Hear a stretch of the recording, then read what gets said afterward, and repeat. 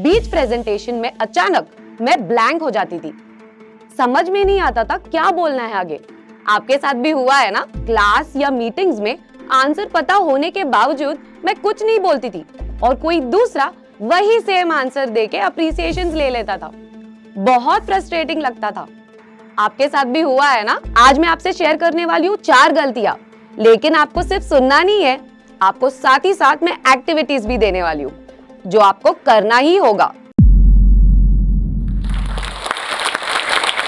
अब सच बताओ, आप में से कितने जन ऐसे हैं जिन्हें इंग्लिश आती है पर बोल नहीं पाते, यानी कि एक्सप्रेस नहीं कर पाते, फंबल करते।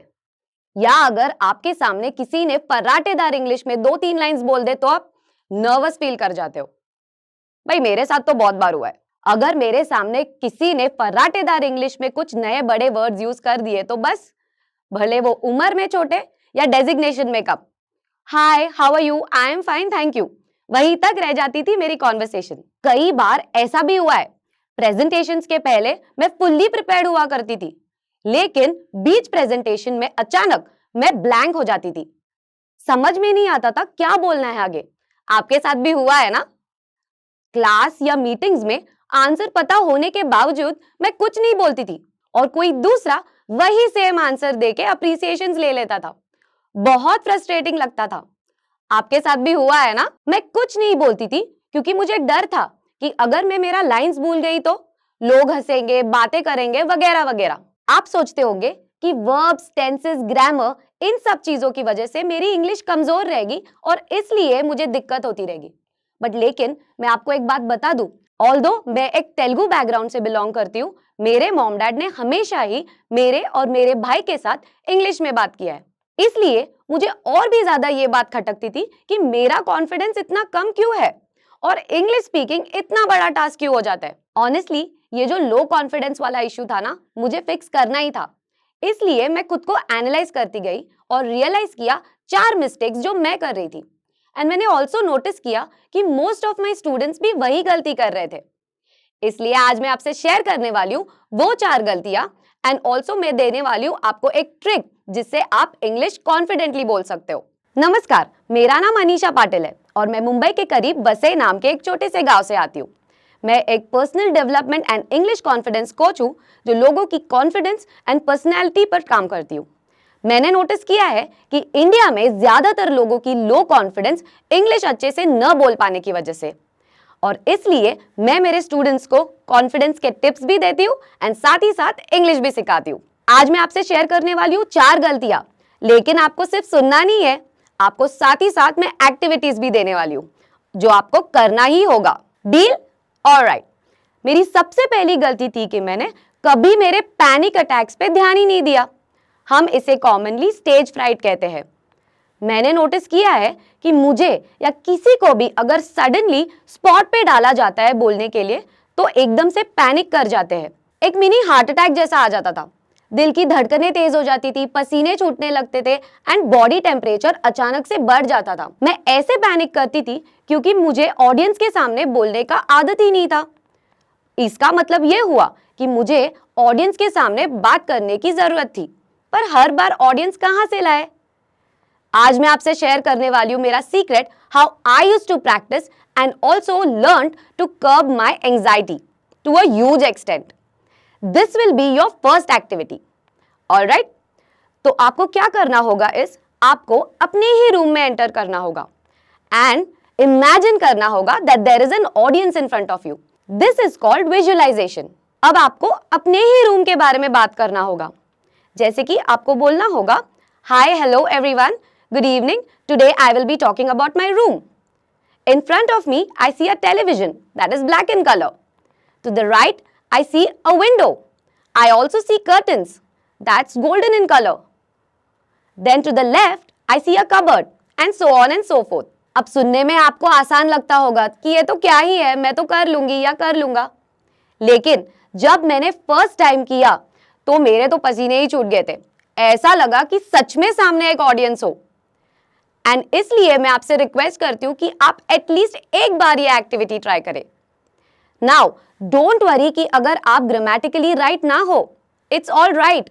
Just start speaking and get comfortable listening to your own voice. मेरा सजेशन ये है कि आप अपने आप को आपके फोन से रिकॉर्ड भी कर लो ताकि आप एनालाइज कर सकते हो खुद को। बहुत सारे लोग सिर्फ मिरर के सामने प्रैक्टिस करते हैं। Now that's not wrong, but if you practice only in front of the mirror, आप अपने आप को एनालाइज नहीं कर पाओगे and at the same time you will not be able to correct your mistakes, है ना।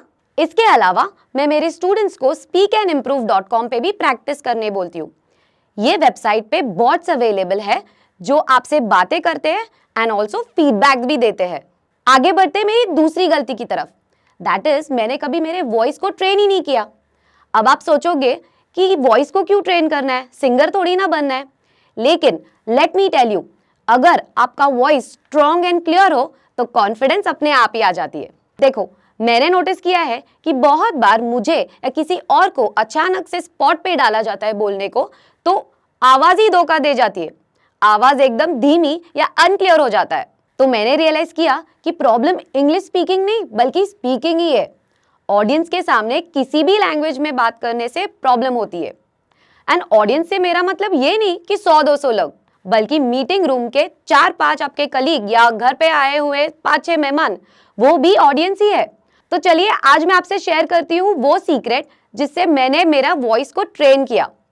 एंड ये जो सीक्रेट है ना, नोट डाउन कीजिए, क्योंकि ये किसी आपको इंग्लिश स्पीकिंग किताब में नहीं मिलेगी, ना ही किसी स्कूल या कॉलेज में सिखाया जाएगा। ऑलराइट, तो फर्स्ट एक्सरसाइज बिगिन करते हैं।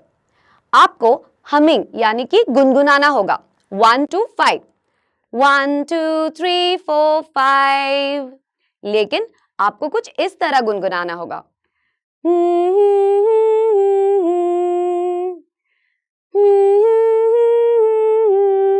And so on.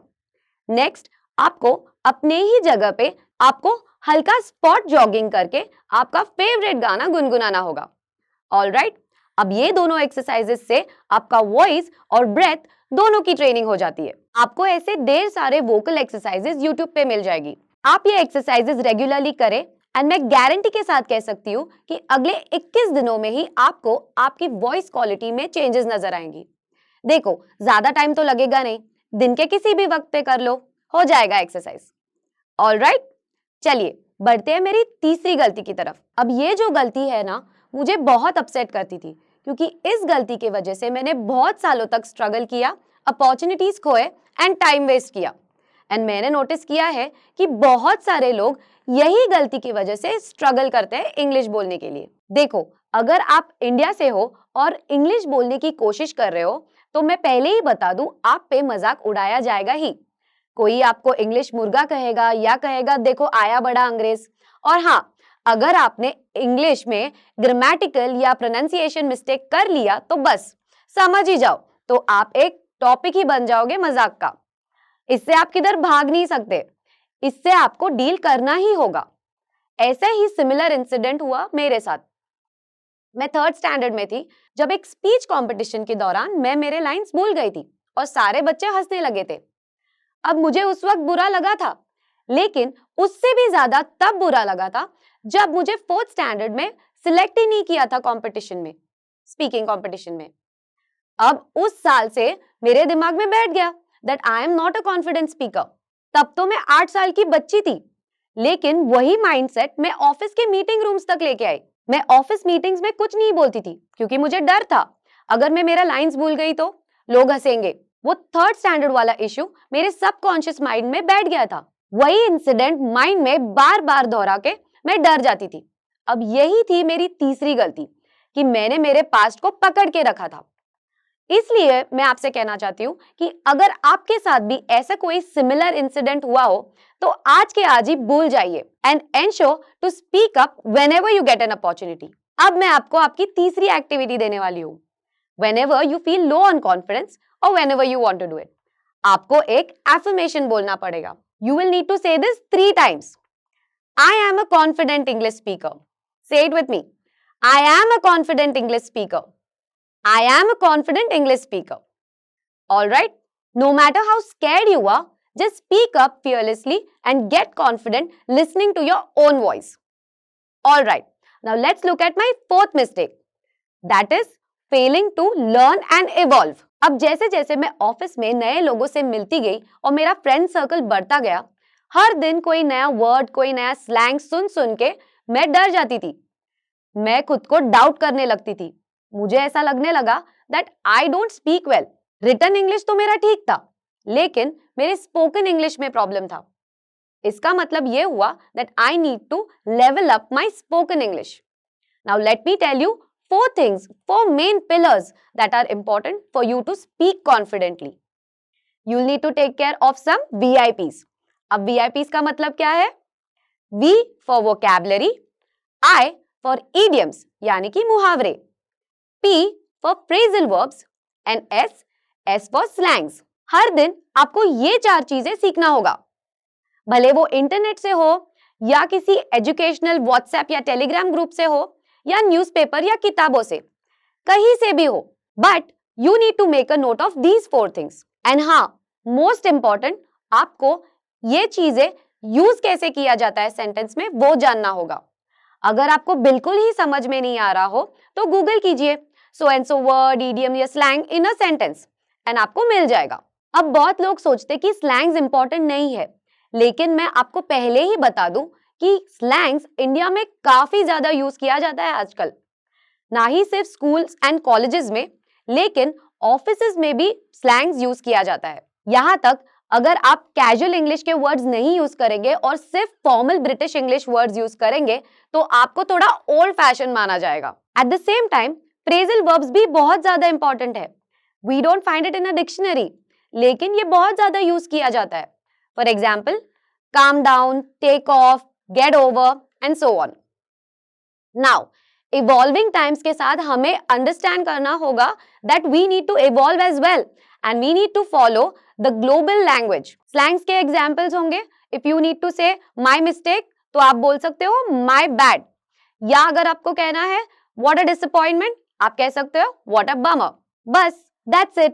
रोज एक नया word, idiom, phrasal verb and slang, ये 4 चीजें डेली प्रैक्टिस करो एंड देखते ही देखते आपकी इंग्लिश में इतनी सुधार आ जाएगी कि आप खुद ही चौंक जाओगे। Let me tell you one more thing, आजकल बहुत सारे एप्स भी अवेलेबल है जो आपको इंग्लिश सीखने के लिए पे भी करते हैं।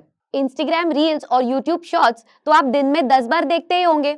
बस एजुकेशनल चैनल्स को फॉलो कीजिए and see how when you listen to English more and more you start becoming better at English. It's good to read books, but मैं ऑनेस्टली ज्यादा बुक्स नहीं पढ़ती।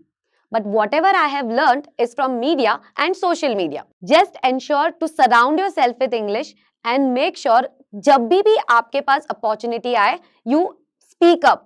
Don't hold yourself back.